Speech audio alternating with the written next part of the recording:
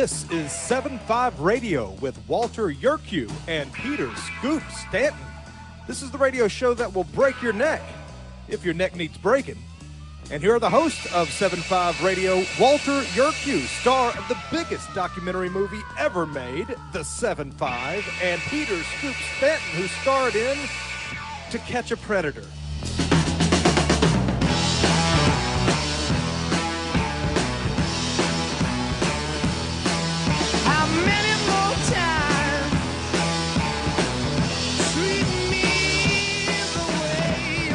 Good morning, good afternoon, good evening, one and all. This is Peter Scoop Stanton with Walter Yerkew on 7-5 Radio. We are red hot and rolling. We are live. It is approximately 9 minutes after the hour on Saturday, August the 7th, 2021. Walter, my good friend, how are we doing tonight? Oh, we're doing pretty good there, buddy. We're doing pretty good. How are you? Not bad, not bad. Some jackass behind me is either blasting some violin music or he's playing violin to Panhandle at 10 o'clock at night. But anyways, hopefully somebody pays him money to stop. Anyways, special shout out to our buddy, Little Billy Keebler and the boys at the Yanadasas, New York Fire Department. Hopefully they don't have to save too many mobile homes tonight. First order of business, we want to remember those members of the law enforcement community who were murdered in the line of duty. Tonight, we first start off, remember, Deputy Sheriff Brandon Shirley of the Jefferson County, Kentucky Sheriff's Office. End of watch, August 5th, 2021. His killer is at large. Also, we want to remember Police Officer Brian Pierce Jr. of the Brooklyn, Illinois Police Department. End of watch, August 4th, 2021. His killer is still at large. Also, we want to remember Police Officer George Gonzalez of the United States Department of Defense, Pentagon Force Protection Agency, end of watch, August 3rd, 2021. Real quick about this crime. This took place 4.4 miles from the U.S. Capitol. And the media was talking about and praising Capitol Police Officer Harry Dunn for his bravery, having to put up with being called racial epithets. Meanwhile, this outstanding officer, George Gonzalez of the Pentagon Police, was actually more or less slashed. His neck was slashed. He was stabbed numerous times. He was shot with his own service weapon before the killer took his own life. But that's the time we're living in. You cry because someone calls you racial epithets, and you're seen as a hero. Meanwhile, Officer Gonzalez gets nothing. But anyways, tonight we have a very special guest. Last week, the Political Cesspool had a guest, and it was so nice we decided to have him on twice.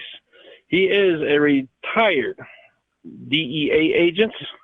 He is an author of books, including Fighting My Greatest Enemy, Myself. And he is a private detective in the San Diego area. Ladies and gentlemen, we want to welcome Larry Ray Hardin. How are we doing tonight, sir? Wow, Scoop, thank you very much for that introduction. But you know what you just said about the officers that died, Joe Gonzalez, and the one in Kentucky. It's, throughout my whole career, the one that, and you're asking me, and I just have to start off with this. I just want to jump in here, and you talked about Walter. I'm glad he's there. I'm glad Walter's with us. I look forward to any kind of questions from both of you. With DEA, I am from Kentucky, and born in Barstown, and raised up in a place called Taylorsville, Kentucky. And I thank God I'm so blessed that the kind of environment that I raised up, we were materialistic poor, you want to say that, and we did have outhouses, and we killed our own hogs, and my sisters and brothers, all 10 of us, we lived in a 3-room house. My daddy worked 2 jobs and mama, but we never forgot the importance of God.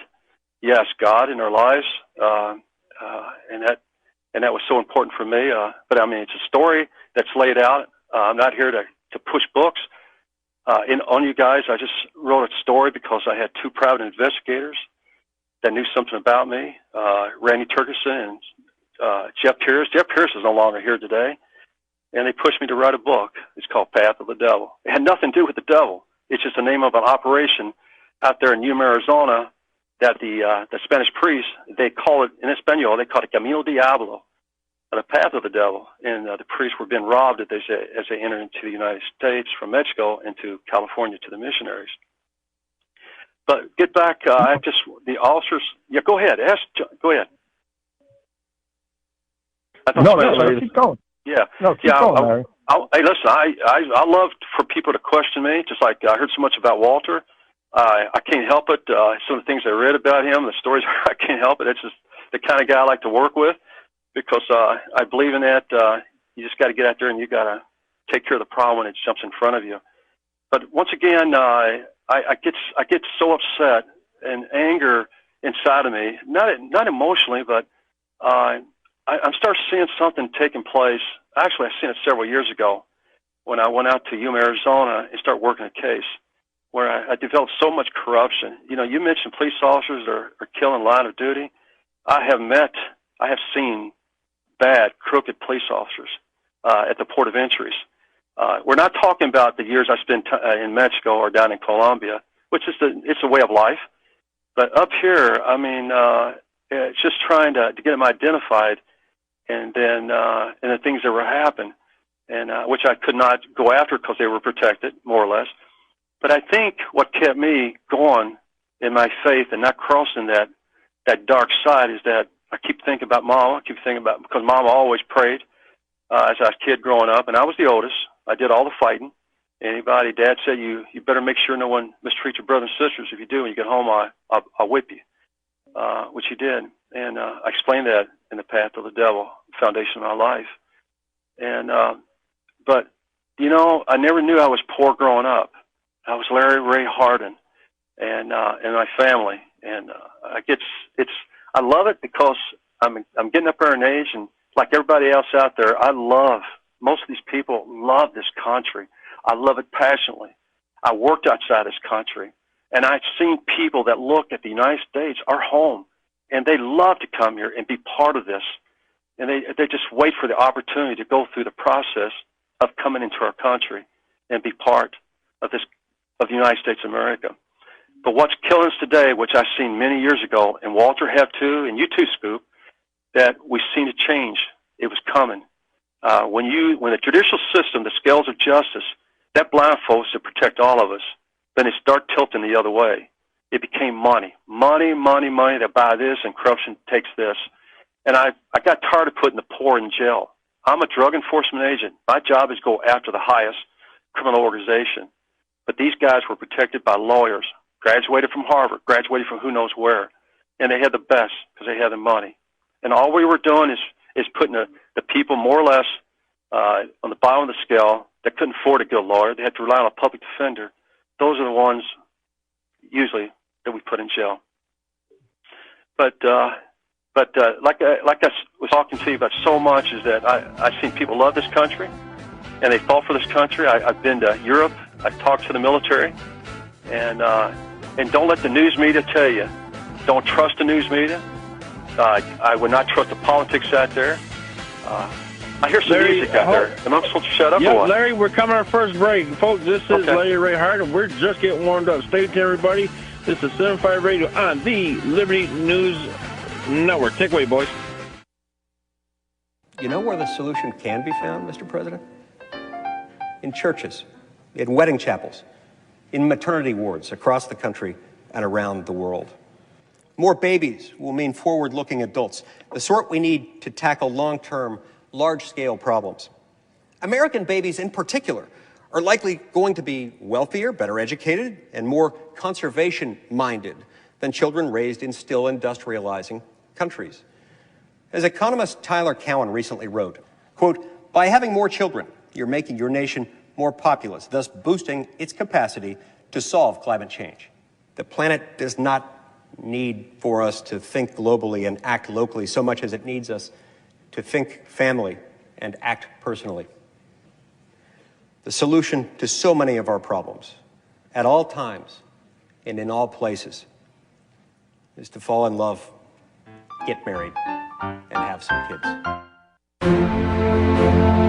The Foundation for Moral Law is a nonprofit legal foundation committed to protecting our unalienable right to publicly acknowledge God. The Foundation for Moral Law exists to restore the knowledge of God in law and government, and to acknowledge and defend the truth that man is endowed with rights not by our fellow man, but by God. The foundation maintains a twofold focus.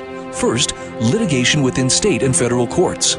Second, education, conducting seminars to teach the necessity and importance of acknowledging God in law and government. How can you help? Please make a tax-deductible contribution, allowing foundation attorneys to continue the fight. You may also purchase various foundation products as well at morallaw.org. Located in Montgomery, Alabama, the Foundation for Moral Law is a nonprofit, tax-exempt 501c3 founded by Judge Roy Moore. Please partner with us to achieve this important mission. morallaw.org. The spirit of the American West is live and well in Range Magazine, the award-winning quarterly devoted to the issues affecting the American West. Each issue contains informative articles, breathtaking imagery, as well as the culture of cowboy spirit today, and gift ideas like the 2021 Real Buckaroo calendar. Order online from rangemagazine.com. Loving Liberty Network salutes the spirit of the American West at rangemagazine.com. Well, my mom smokes and my dad smokes, and I saw them smoking, so I tried it. They're telling me not to smoke, but they smoke themselves. When it comes to smoking, are you sending mixed signals? But when you teach someone a certain way to do things and you go back on that certain way, it sends mixed signals to the person that they're trying to teach. The parents need to be the example. Smoking. If you think you're old enough to start, you're smart enough to stop. A public service message from this station and the Church of Jesus Christ of Latter-day Saints.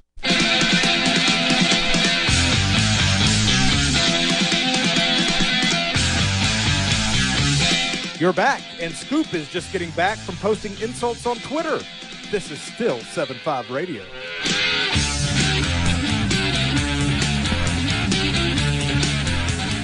And we are back.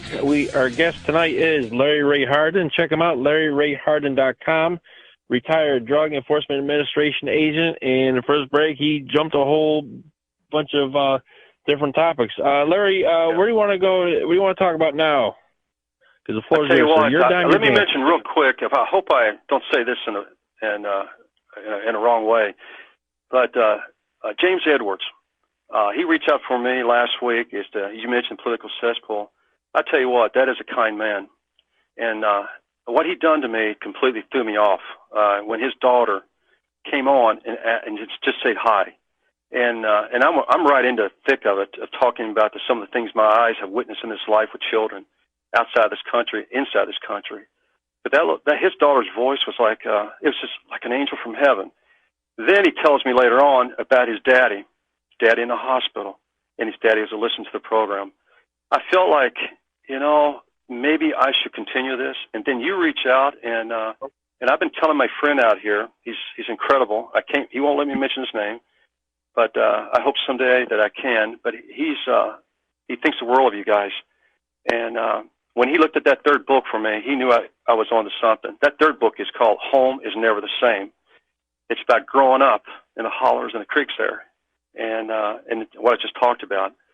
And I'm very fortunate that I had this lady out here, Diane DeMille. She jumped in and supported all three of us on this first book. And I tell you what, it's been a ride. But where I want to go is that move on to the war on drugs.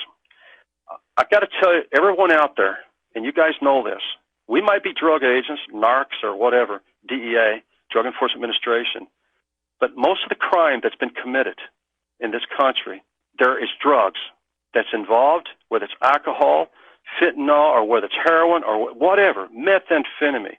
There's always something that's going on with a human being's life, okay?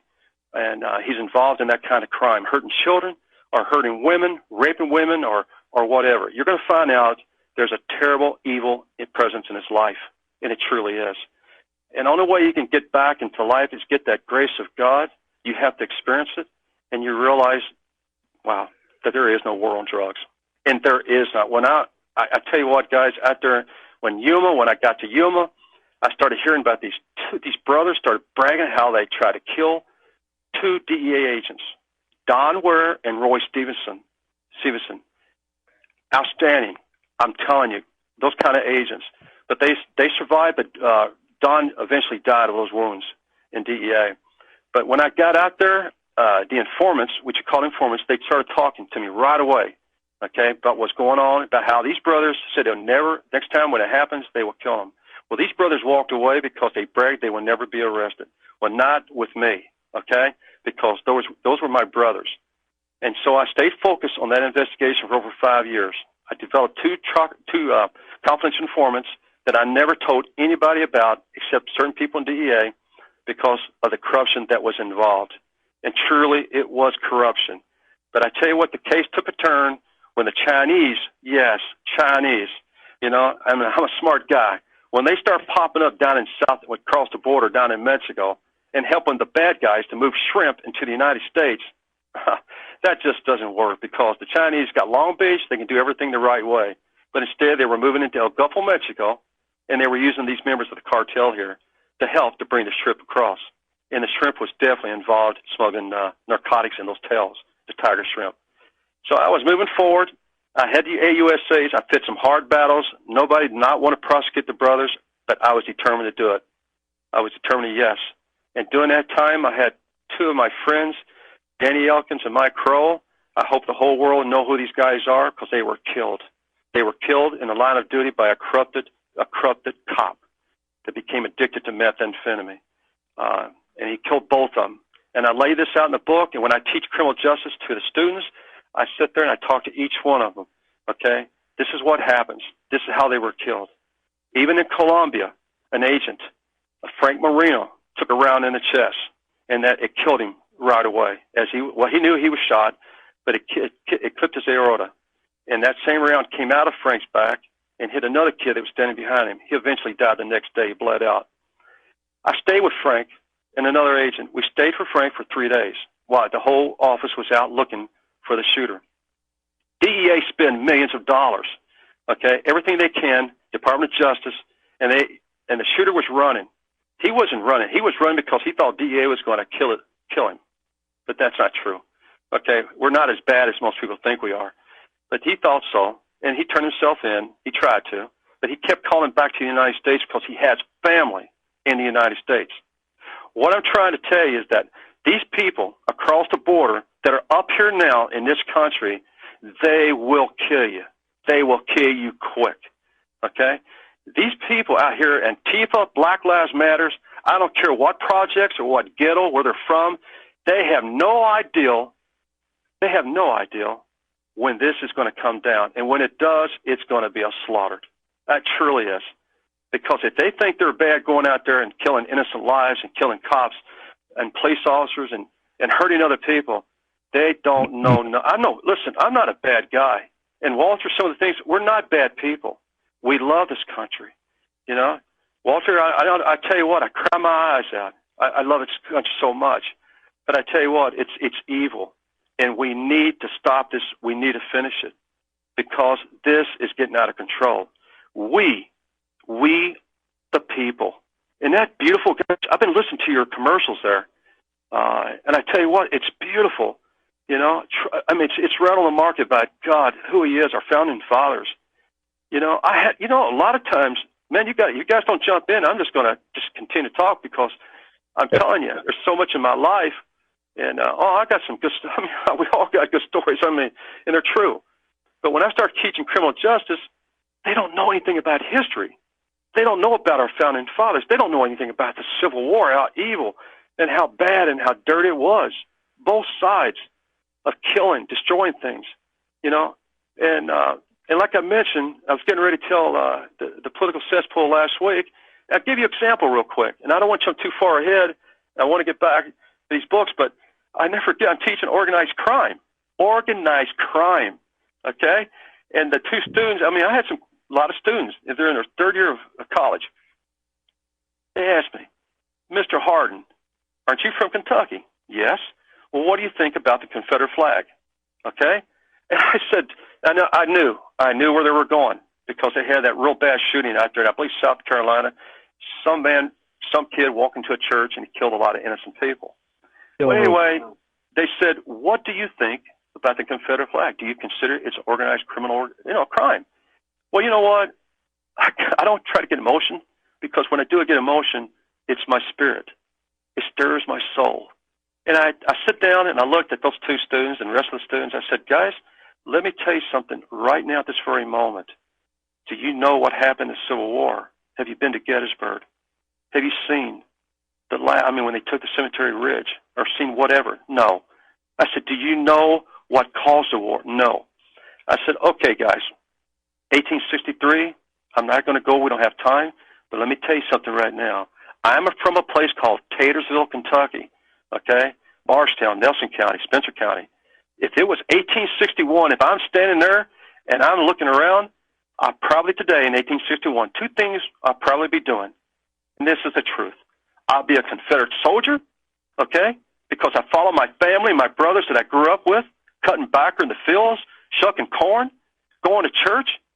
Okay, I'll probably follow them. If slavery is wrong, you damn right it's wrong. My mama took me to a block there. It was a slave block. And I had a hard time comprehending that, okay? How can you do something like that? I told them. I told each one of them, I'll be a Confederate, or I'll be out there trying to steal a pig or a hog, okay, so I can eat that son of a gun, all right? And they all looked at me. But that's who I am, and that's what I am. I tell it like it is.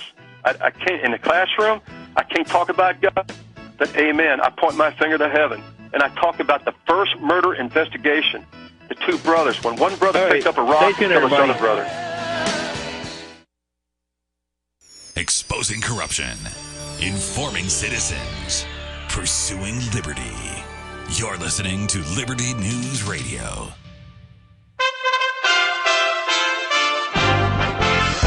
USA Radio News with Dan Naraki.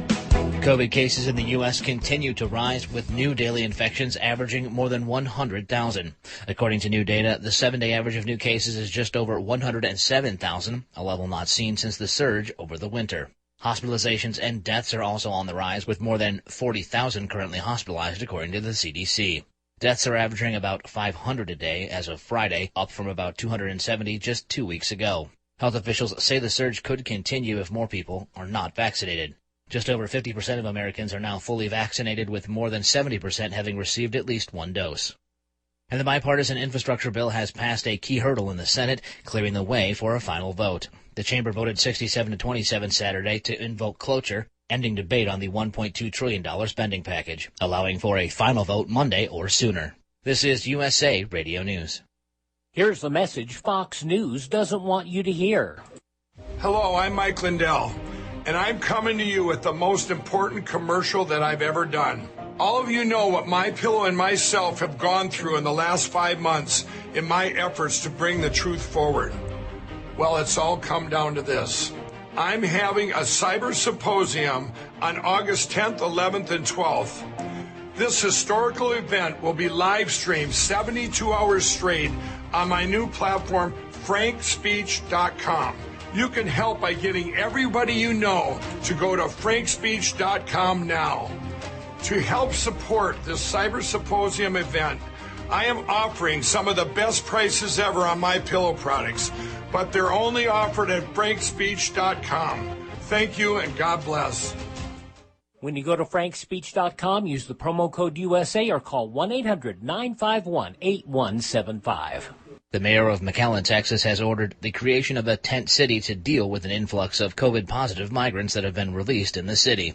Mayor Javier Villalobos said Friday that the charities that have been helping migrants released in McAllen cannot handle the numbers anymore, and asked the Biden administration for more help. National Border Patrol Council spokesman Chris Carrera says it's unfortunate that the mayor had to make that move. He tells Fox News that the situation should not have been allowed to get so bad. You know, it's very concerning, and we're thankful that Mayor Villalobos is doing what he's doing. It's unfortunate the last mayor of McAllen just kind of turned a blind eye to it, as well as the county administration. They were constantly saying there was no crisis down here, there was no state of emergency, and only when the news broke the story of COVID-positive people that were released from custody are roaming around the towns and potentially infecting our citizens, that's when people started to wake up. You're listening to USA Radio News.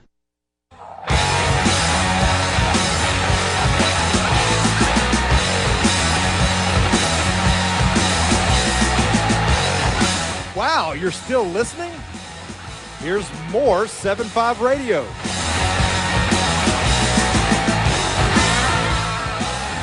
And we are back. During the commercials, you heard Mike Lindell from My Pillow. Here's a very interesting fact. My Pillow does not advertise on Fox News anymore. That's right. No more My Pillow on Fox News. However, Mr. Lindell still sponsors Liberty News Radio. But anyways, we're on the horn with Larry Ray Hardin, who's just been going gangbusters. Well, you have any questions for our guest? Hey, buddy, how you doing? I'm so how you doing, Walter? Glad to. I'm doing just fine, thank you. You have quite the story that you've explained briefly in like 15 or 20 minutes of live air, which takes quite a bit of direct. Now, your journey from the time that you became a DEA agent and the time that you finally retired, like you said, our eyes have seen a lot of things. I mean, there's soldiers of war that fought across overseas and stuff, and they see some horrible things. Now, we're talking about things that happen in our world, our country, with civilians, so-called civilians.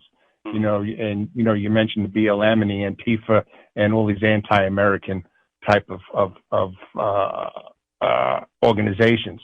Now, it goes deeper than that. It goes to the single person who, like you said, doesn't have an ideal with the L on the end. Some people say idea. It didn't have an idea. No, it didn't have any ideal. And that meaning that he holds nothing sacred. He'll put a cap in your ass just for looking at him wrong. That's right. He'll pop you off just to show off to his friends. That's right. If you have a car accident and you're unconscious in your car, they're trying to get the watch off of you and your wedding ring off of you and digging for your wallet. And, a lot of white bread America, as I call it, just is not aware that stuff like this actually happens. You can't make this stuff up. Hollywood gets their ideas from real life.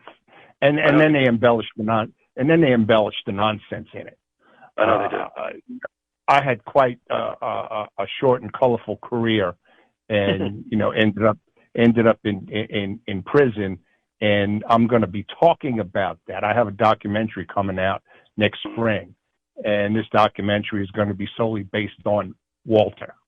I'll mention a couple of other people here and there, but it's going to be how and why and what became of me. Because, a lot of people run into me and they say, oh, you're that crooked cop from New York, from that 7-5. And they don't want nothing to do with me. And that's okay. Everybody's entitled to their opinion. But they don't understand the growth. That's right. From where you once were. Right. Because, you could see certain things on the street and just hate the world. That's right. How could the world be so horrible, so mean to do these things? That's but nobody realizes that, sometimes it's shell shock. I made a lot of bad decisions in my time, and I think I'm now stronger for it than I was when I was making those decisions, because I thought I had the world by the onions, and I was going to peel them as I saw fit. But with what I've read about you, your inspiration, and speaking with the criminal justice students and such like that, criminal justice is my favorite subject in the entire universe. And it takes people like you and me and Scoop and a couple of other people that really feel for what they did, what they saw, and what they've tried to fix. It takes those kinds of people to enlighten the current generation on what the hell is actually going on out there. And you put it in just a few words. There is no more drug war. There is no. There never was. It's a political game. It truly is. The drug war that I was fighting back in the 80s, we were losing.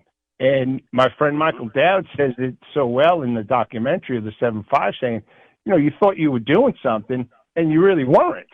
And then you took matters into your own hands. And, you take one drug dealer off the street, however you took him off the street, was a victory. Right. It was a victory. You know, I'm not making my claim to fame where I was a vigilante and I was doing this for the good of the world. Mm-hmm. But, you know, you mentioned the innocent people that live in the bad neighborhoods. Yeah. You know, if the cops' hands are tied and the drug dealers are dealing on the streets and selling it to, you know, your kids, my grandkids, you know, there's no way that they can look at you and respect you. And now, these days, with cops getting screamed at all the time, I mean, you know, I know it. We wouldn't stand for that 30 years ago, and neither would the general public. Right. Neither would the general public. But now, the way law enforcement needs to be taught, it needs to be taught the realities of what's going on or not going on. There is no drug war. There is no fight to put people in jail. It just doesn't exist. It's rampant. Yes, and it is. I really appreciate people like you that come out and say it like it is. Occasionally, I get opportunity to speak in front of cops and college students when I'm invited, and you know, I tell them my story, and I try to get feedback from them, and some of them really don't know. And it you know, an hour and 40 minutes of the documentary that I was in, you know, is not going to enlighten everybody. It's just going to make people just roll their eyes and just say, oh, it's a bunch of dirty cops. But like I said, my documentary will be out next spring, and I'm going to be explaining a few things. And I'm going to touch on some of the journeys that you know, that I've done, that I've gone through, and that you've expressed in book and in print. And I really appreciate you very much, my friend. Well, you know what? This is it's an honor because I know something about you now, even before you started talking to me. And I don't know where this is going to go for me. I don't know what kind of journey I'm on with this. It started with political cesspool, but you know, it's going on, and like these kind of shows that we're doing, you guys are doing, and the people that I'm talking to, they're out there, and you know that, Walter. There's a lot of people like us out there. And they're good citizens, they're good people. They want to live by the law, the rules. But on the streets now, there's only one law out there. It's very gray out there. And the cops are getting hurt, they're getting killed, they've been assassinated. We call it sicarios when I was down in Colombia. I worked with some great cops down there. But these cops, they learned the hard way down in Colombia. These cops will kill you first because they got tired of cops being killed left and right. Okay? And so I had a chance to work with them. And I learned so much about, you know, when to shoot and not to shoot, and so on. And that's why students always ask me in the classroom, hey, Mr. Hardin, you know, what was the biggest thing? Have you ever killed anybody? And I hate that. And I looked at them, I said, first, I never gave them a chance to do that, okay? You really mean business. You mean it. When you approach them or when they approach you, it's just something just got to take over inside, and you got to react to it. And they come back and say, well, Mr. Hardin, what is the biggest, most dangerous job that you ever encounter? You know, working that kind of crime. And I told them, I said, guys, each one of you, and there's women in the classroom too, and I said, was being faithful to my wife. And I said, that was my biggest challenge in life. It's been faithful because the women are beautiful and they're aggressive and yippee-yi-yo, man. But faithful in my, because I made a promise to God. When I got married, I looked towards that ceiling, and I made a promise to him. I can break that promise anytime I want to the American people, to anybody, even to my wife. But you make that promise to God, And I tell you what, that second book, people said, my gosh, come on, did you really, Larry? Did you see? Yes, I know now what hell is because I was there. I was there. It sounds crazy, but I was there. I was burning. It wasn't my body. I realized it was my spirit or soul. It was burning me alive. And later on in life, I met Jesus Christ. Now, did I see his face? No. But when I looked up to see this man that's been tortured, yeah, he was tortured. Okay? When I looked up slowly, now you're talking to a guy that done a lot of crazy things in my life, Walter. Okay? I went after some bad guys, and we both have, but man, when I want to know who this guy was, and when I looked up and tried to see his face, it was pure light. It was brighter than that sun. and I fell down to the ground. But it was a gentle light, and it was a gentle voice. And this is me, Larry Hardin. I wish all the bad guys out there, whoever you are, what group you in, you need to experience Jesus Christ. I'm not here to preach to anybody. Just look, he's right there, man. Whether you're out there on the streets working with prostitutes, the homeless, and they were my best clients. They were my best informants, man. I love the streets. 24 years, Walter. I worked the streets. Yeah. It was my office, okay? And I loved it, man. All right, Larry, we got one more break coming up. This is 75 Radio on Liberty News Radio Network. Check us out at 75radio.org, 75radio.org.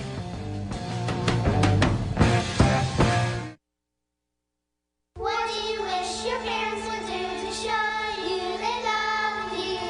Take me to Montana. That I would have a huge slumber party with all the girls there. Play with me more often. My mom's so busy with the board meeting. To spend more time together as a family. Do more out-of-the-house activities. This is a tough one. My parents, they do everything. They love me. If it wasn't for them, I wouldn't have a roof over my head. They don't need to show it to me. I just know they love me. Well, not yelling at me very much. What do you wish? What do you wish? Raise my allowance. To not argue together. Have my dad be home more for dinner and stuff so that I could be even closer. Family, isn't it about time? Buy me an ice cream and kiss me to love me. From the Church of Jesus Christ of Latter-day Saints. Okay, what's the next question? Can a nation conceived in liberty carry its head high if it denies protection to the youngest and most vulnerable of its citizens? Can a country founded on God-given rights continue to thrive without understanding that life is a precious gift from our Creator? As a physician, I have looked into the eyes of 1-pound babies. I have cradled their small bodies in the palm of one hand. I defy those who are careless, who would disregard life and look at these tiny little miracles and say, we're not going to protect that. But I believe there will come a time when we are all judged on whether or not we took a stand in defense of all life from the moment of conception until our last natural breath. One thing I promise you, I will always take a stand for life. As a parent, is receiving a faith-based, character-focused education for your children difficult to find? Do you believe that godly principles should be a central component in your child's education? Imagine a school where faith and integrity are at its center, where heritage and responsibility instill character. For over 40 years, American Heritage School has been educating both hearts and minds, bringing out academic excellence. This is the school where character and embracing the providence of a living God are fundamental, where students' national test scores average near the 90th percentile. With American Heritage School's advanced distance education program, distance is no longer an issue. With an accredited LDS-oriented curriculum from kindergarten through 12th grade, your children can attend from anywhere in the world. American Heritage School will prepare your child for more than a job. It will prepare them for life. To learn more, visit american-heritage.org. That's american-heritage.org.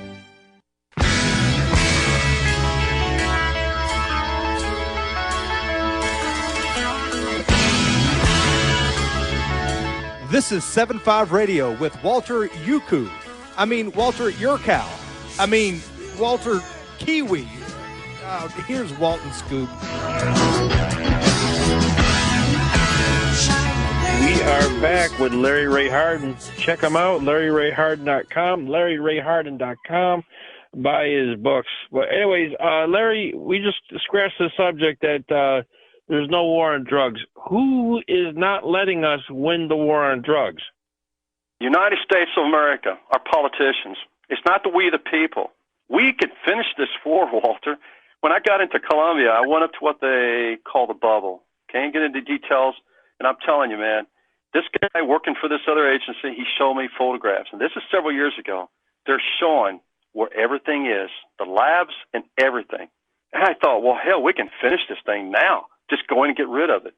But there was a political between Colombia and our politicians. back in the White House, back in our administration. Just like the Mexico border, okay? Let me tell you something. What the Clements were doing, for example, let me give you an idea. Let's use 100 kilos of cocaine. At that time, processed out there in the labs, while they're pissed, pardon my language, urinating on the chemicals while they're making it, squeezing it, they were around about $450 U.S. dollars. And the Mexicans finally caught on, okay? When I say Mexican, I spend a lot of time down there. It's the two classes of people. The very poor are beautiful, but then you get the very wealthy. And most of them, they got wealthy because of things they had to do. But I tell you what, they got wise about the kilo. So they're moving 100 kilos up to the Mexican border, to the United States border, all the way across from Texas up to California. I know, I'm in Colombia, and I'm seeing this. They talked about the informants, okay? They're turning around, the Mexicans say, no, we'll give you protection if you give us the 50 kilos, okay? And so they do. They make a deal. They turn around and take the 50 kilos, and they started adding things to it. In other words, stepping on it, mix it up. You know what I'm talking about, Walter, and narcotics on the streets. And that's how they got across. How they get across is corruption at the port of entries. There are some awesome, beautiful people that are in the Border Patrol, immigration, but it always takes one or two to get that 500 kilos across. In this first book, I bought a kilo sample. I got it really cheap for $14,500. We negotiated for 30 up to 500. All I want to do, I wanted to identify that relative, that niece that's working for the United States at the port of entry, okay? And I got no hearsay. I can't write books on hearsay. You guys, I'm telling you, Walter, you know that, and you both know that. When I write books, I write with facts. That's why I always wrote my reports that way. I can't put you in jail on hearsay. But let me tell you something. There's so much to cover here. And I want to have to tell you this. Those little girls, I have to throw this out here, those beautiful little kids that are coming in this United States of America, they've been used. They've been sucker punched, okay? Whether you call it the Catholic religion or you call it church organizations, they're coming up here, and they've been sponsored to come in this country. Those little girls are not little girls anymore, okay? Those little girls, once they drop blood, if they have a chance to drop blood, okay, it was over with for them, okay? No, I mean, I'm telling you, man, you know what? We think it's bad down in Mexico or throughout the third world countries. It's bad here in our country. It's probably even worse here when it comes to what's happening to children today. The women, beautiful women, great women, hardworking women that I met down across South America. I asked them, said, why are you carrying Vaseline with you? Okay? A lot of times we catch them, they're carrying a picture of Mother Mary. Okay? Depends what culture, what country. It is 99% Catholic, so it's always about Mother Mary, and they carry it for assassin when they kill someone to pray on it, you know, or when they kill a cop because he's a bad cop or he's a whatever, or they hurt your family. But the women carry Vaseline because they rub it on themselves down below the waistband, okay? Because they know that's the way of life. In the United States, up here they call it rape. If you look at a woman and say, wow, you're an attractive woman, down there it's a way of life. They're struggling. The women are strong people, okay? And they really are. I met them. They're hardworking in our countries south of the border. But let me tell you something. It is sad. And I wrote that in the book, okay? The truth of the books, whether I sell one or two, you know what? All I want to do is for someone that don't make a movie out of it, you know, but don't play with the words. Don't play with it. Tell the truth. Senator McConnell is in that book, okay? He's a son of a gun, okay? My family knows him. He's a nice guy.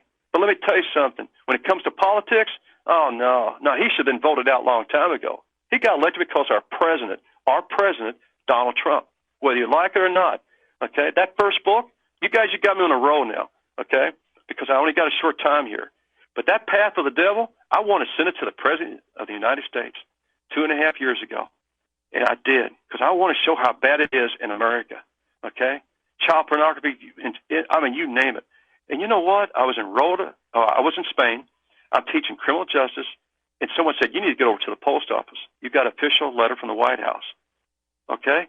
Scoop, when I got hold of that, I opened up, and it was from our President, Donald Trump, okay? Is he a perfect human being? No. Is Walter perfect? Am I perfect? No, okay? But I tell you what, he took time. Did he read the book? No. But someone read that book, and they took it to him, and they said, you better write this boy a letter. Well, they probably didn't call me boy. I don't care if they did or not. He wrote me a letter. And he is a great man. Does he love this country? Yes, he does. And what he was doing for Border Patrol at the Board of Entries out there, oh, yeah, you can count on him. People outside this country, I met our military, and they love this guy. They love this President of the United States, Trump, okay? Because I was there when Benghazi went down, okay?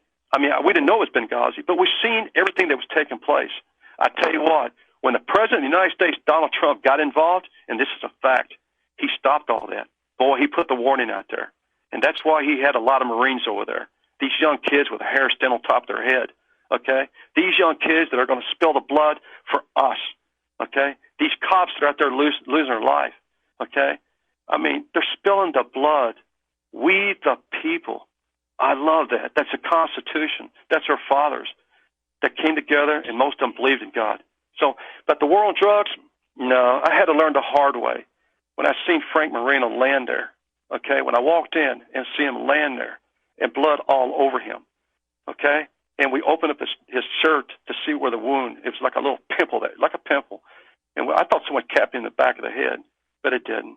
But Frank, what did he die for? What did he die for? Richie Foss, I don't get me carried away, guys, but Richie Foss was another great agent, DEA agent. He was getting ready to be transferred. The day he died, I went to the funeral. I don't like going to a cop funeral. I truly don't.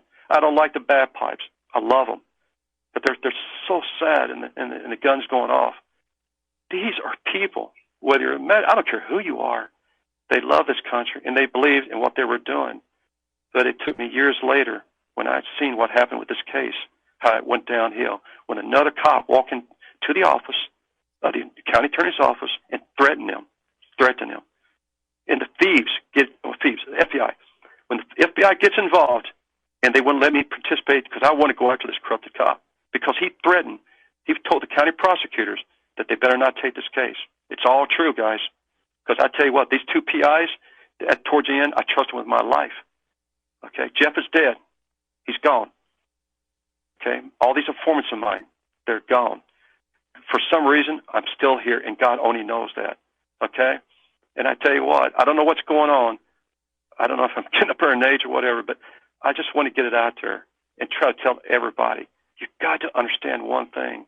If you don't have, I'm telling you, I'm not preaching, Walter, you too, Scoop. I learned the hard way. If you don't get your act together, man, it is going to be a terrible place where you're going to go. And it's true. Through the grace of God, I was very fortunate. Walter, you went to prison, man. My gosh, you were a cop, your background, everything. It's incredible that you went to prison. And you know what you've been through. And now you've got this movie coming out. This is incredible how your life has been planted, brother, whether you like it or not. Okay, there's a purpose for all of us. Is it a purpose for a little girl standing there on the streets of South America? And she's got this little rubber thing in her hand, so she's standing there washing the windshield. She's probably about 3 or 4 years old. Okay? And she's standing there. She's a street kid. Where's God in that? Where's God when Frank? But that little girl, not too long after, though, she's back in a corner in the daytime, and she's got this guy's peckerhead, pardon my language, his penis. She's got his penis in her mouth. Okay? I hope I don't cut me off on this air, but I want to tell you, man, and she's just sucking away on it, right? She has no idea what she's sucking on. Okay, no idea. But where is God? But I tell you something. Where is the devil? He's right here. He's right here, man. He's right there in that man that put his thing in that little girl's mouth. That little girl has got something that's going to be better than that if she's still alive today. I don't know. But hell, no. So I don't want to get carried away with you guys. I just want to tell you, I know we're running out of time. Thank you. Thank you both, okay, for having me on. I tell you what, like I said, it haunts me a little bit, what James did with his daughter, beautiful little girl. What kind of life is she going to see, brother, if we don't put a stop to this as we the people? What are these little girls and little boys, what's happened? It all came out. We know what's been going on. Well, you guys are former cops. You know what's going on out there. I've seen it with my own eyes. But, man, when I started seeing how corrupted, the Department of Justice, especially today, no one cannot tell me, man. It's not, people say, well, it's conspiracy. It's not conspiracy. Walter, Larry, you deal in facts. Scoop, you deal in facts. Okay. Right, but Larry, unfortunately, we've run out of time. We'll have to have you on about another dozen times to finish everything you need to finish. But check him out at LarryRayHardin.com, LarryRayHardin.com. It's been a pleasure.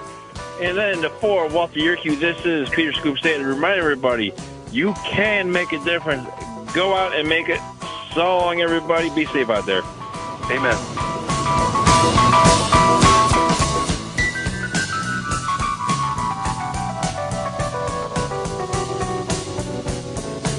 This is James Edwards for 7-5 Radio. For those who work the streets and the jails, thanks for keeping us safe. So long, everybody.